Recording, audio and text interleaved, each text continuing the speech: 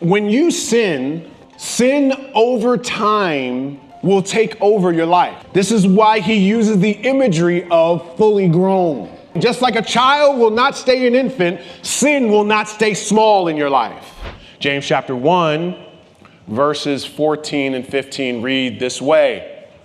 But each person is tempted when he is lured and enticed by his own desire.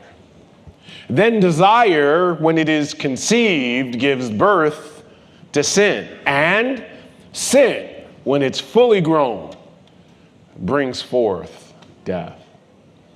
James is looking out on a crowd, as I am, and though many of us may feel lured into a culture where everyone is doing something, I want you to see that first phrase, each one. Each one, on an individual level, we make decisions. And each person, on these individual decisions we make, go through a series of milestones. The first milestone is lured.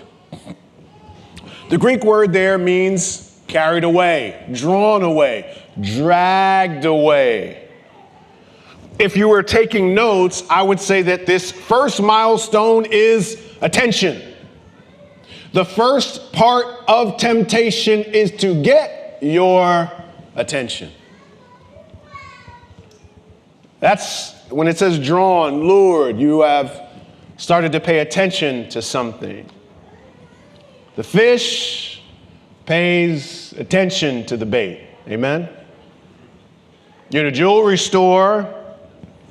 They shine up them jewels so that you pay attention to the bracelet or the earrings or the necklace. You drive past a model home in Long Island and you can't wait to look inside.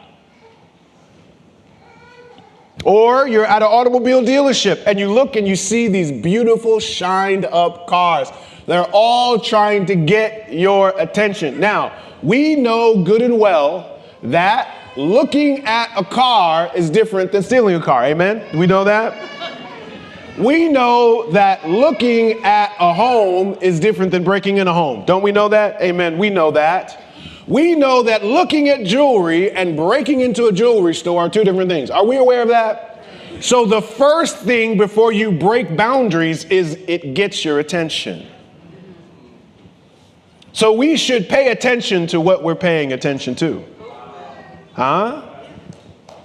Sin first allows you to have an emotional rush with something that you've been paying attention to. Once sin knows, I've got your attention. The second stage after attention is persuasion. And persuasion, this is the word enticed, it says. The first milestone is attention. The second milestone says enticed, but we're just going to say persuasion. Persuasion, but it is a deceptive persuasion. It is to beguile, to deceive. You have the bait, then the bait, all of a sudden you realize that bait, the fish finds out there's a hook up in here. And before you know it, it's caught you. Starts moving you to where you do not want to be. Persuasion is this idea of being reeled in. Amen? I don't know if you've felt this before. I have had times where I've said, I would like to buy some shoes. I would like to buy some white shoes. I would like to buy some New Balance white shoes because my feet hurt. And then all of a sudden I look on my phone and I find these New Balance shoes, my size, and just all the specific details. And I'd be looking at my phone like, do you be listening to me? You ever felt that feeling before? Like, this is, what's really going on? Marketers would say that The key to good marketing is actually watching your online behaviors. And actually what they're doing is they're offering you the things that you spend time looking at. They offer you more of what you've secretly wanted, what you've just been scrolling past, what you've just been looking at. The key, though, to the marketer is what you've been dreaming about, thinking about. Here's what I want to do. I want to offer you a link so you can have it now. In the same way, Satan tracks you like an advertiser, and all he's doing is giving you more of what you've secretly wanted. And what he's saying is, you can have that, but you can have it now. Now, I know some of you probably won't break into a jewelry store, but you will destroy your budget for jewelry. What I'm saying is, the attention leads to persuasion, and once persuaded, we now break boundaries we know we should not break. You are so reeled in by the persuasion that you ignore the boundaries, though you know the boundaries are there. This is what temptation does. Temptation is only giving you what you want, but it's giving you what you want quickly. Satan wants to give you what you want as long as it's not the Lord. As long as it's not the Lord. He'll give you anything you want. You want power, you want persuasion, you want influence. You can have it as long as you don't want to influence people towards the Lord. And so, the third milestone here, after lured, after enticed, or another way of saying it is, after you've been persuaded, or rather after it gets your attention, and after you're persuaded, then a process begins towards death. This third milestone is death. Verse 15 says, then desire, when it has conceived, gives birth to sin, and sin, when it's fully grown, brings forth death.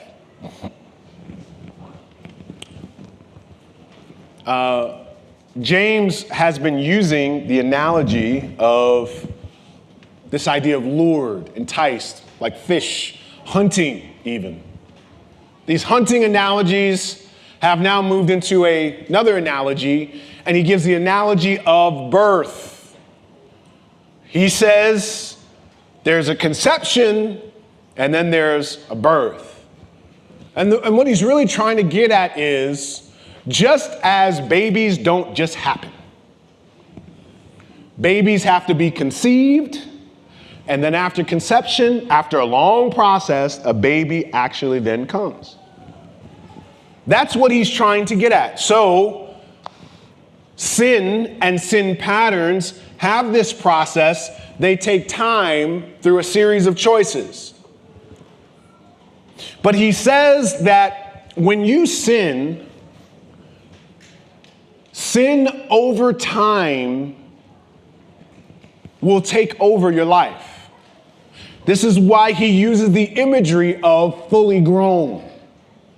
He's using the idea that he's saying that you conceive sin in a seed form and then you give birth to sin, but sin will keep growing. Just like a child will not stay an infant, sin will not stay small in your life. It will grow. Kids have a summer. All of a sudden, they grow inches. Because the intention of that child in that stage is to grow. Sin will not stay small, particularly if you give it all it needs to grow. The story goes this way. Man one day sees this cat. He says, that is a cute kitty cat. I don't know why no one wants that cat. He brings the cat home. He begins to feed the cat. He says, this is the cutest cat I've ever seen. loves the cat, gives the cat milk, but over time he notices this cat is bigger than any other cat I've ever had. He comes to find out this cat is actually a tiger. And now the thing he's been feeding, he is now the meal of. He is now devoured by the thing he's been feeding.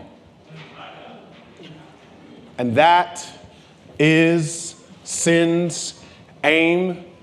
It wants you to feel like you can play with me, like I won't kill you. I'm cute and I'm cuddly and I won't hurt you. 10 months later, I've devoured you.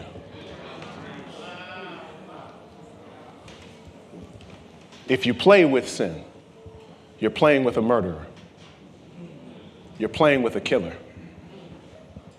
Haven't you noticed that? Haven't you noticed that your temptations, your desires, it's just like this little thing and then you just want more because it's not enough? Why isn't it not enough? Because it's a broken jug. It will never be enough until you bend down and get down to that fountain and drink from that water. So understand this idea of death is both figurative and literal. It is figurative in the sense that death is this idea of separation, separating you from your relationship with God. It is a separation in terms of your confidence in God, your life in God. It is a separation. But that is a figurative idea of death, separation from you and God. But it is also a separation from the soul, from the body. That is physical death. And what the Bible, when it uses that idea of death figuratively and literally, it is saying, well, yes, death, absolutely. It separates you from God. But if you sin long enough, it can actually kill you. Fear and anxiety and doubt can destroy you. And your pursuits after your idols can kill you.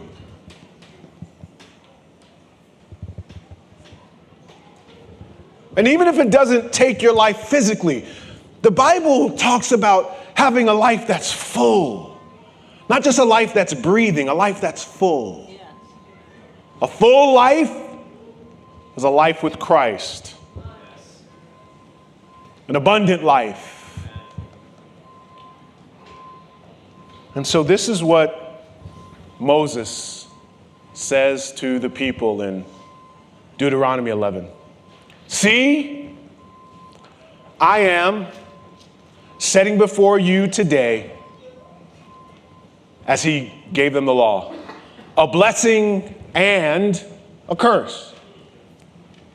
I want you to notice, he says, I'm putting the law before you, but you've got to understand, there's two sides to this. The blessing, well, this happens is, if you obey the commandments of the Lord your God, which I command you today. But don't forget, and the curse. If you do not obey the commandments of the Lord your God, but turn aside from the way that I'm commanding you today to go after other gods that you have not known. He says, there you have the law, and with the law, you might assume that I'm just telling you how to live right or wrong. Understand this, saints. Temptation isn't just a choice of right or wrong. It's a choice of favor or opposition, blessing or cursing, life and death. And I've come here before you to say, choose life, choose favor, choose blessing. But understand that when you yield to temptation, you are choosing cursing. You are choosing death. You are choosing opposition. You are choosing it. It is a choice laid before you. Those small choices every day. And how many of you want the favor of God in your life? You want the favor of God on your life? Then do God's favorite thing.